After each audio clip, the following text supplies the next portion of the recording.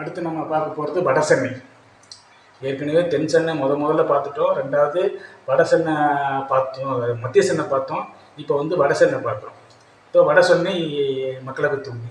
வட சென்னை மக்களவை தொகுதியில் பார்த்தீங்கன்னா இங்கேயும் வந்து பிஜேபி நிற்கிறாங்க, அதே மாதிரி வந்து ஏடிஎம்கே நிற்கிறாங்க, டிஎம்கே நிற்கிறாங்க. மும்முனை போட்டு தான் 3 பேருமே நிற்கிறாங்க எங்கள் களத்தில் வந்துட்டு. அதே மாதிரி வந்து நாம் தமிழரும் நிற்கிறாங்க.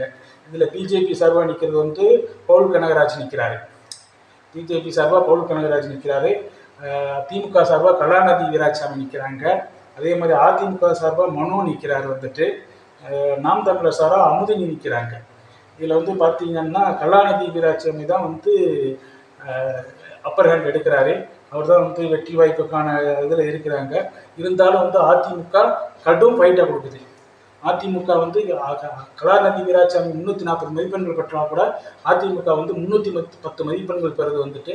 ஸோ கலாநிதி வீராசாமியா இல்லை அதிமுகவாங்கிறது வந்து இங்கே கடுமையான போட்டின்னு தான் நம்ம சொல்லலாம். வந்து அதுக்கு அடுத்த கேட்டகரியில் வந்து பிஜேபி சார்பாக நிற்கிற வந்து பவுல் கனகராஜ் வந்து 260 மதிப்பெண்கள் பெறாரு. இது வந்து 3ஆம் இடத்துக்கு வந்து பிஜேபி போகுது வந்துட்டு. நாம் தமிழர் அமுதினி வந்து 160 மதிப்பெண்கள் பெற்று 4ஆம் இடத்துக்கு போகிறாங்க. பிறவங்க வந்து 105 மதிப்பெண்கள் பெற்று மொத்த இதெல்லாம் வந்து ஓட்டில் இருக்குது வந்துட்டு. இங்கே இருக்கிற மொத்த வாக்காளர்கள் எடுத்திங்கன்னா 14,86,000 வாக்காளர்கள் இருக்காங்க. இதில் வந்து வெற்றி வந்து இது திமுகவுக்கே வெற்றி. வட சென்னை திமுக.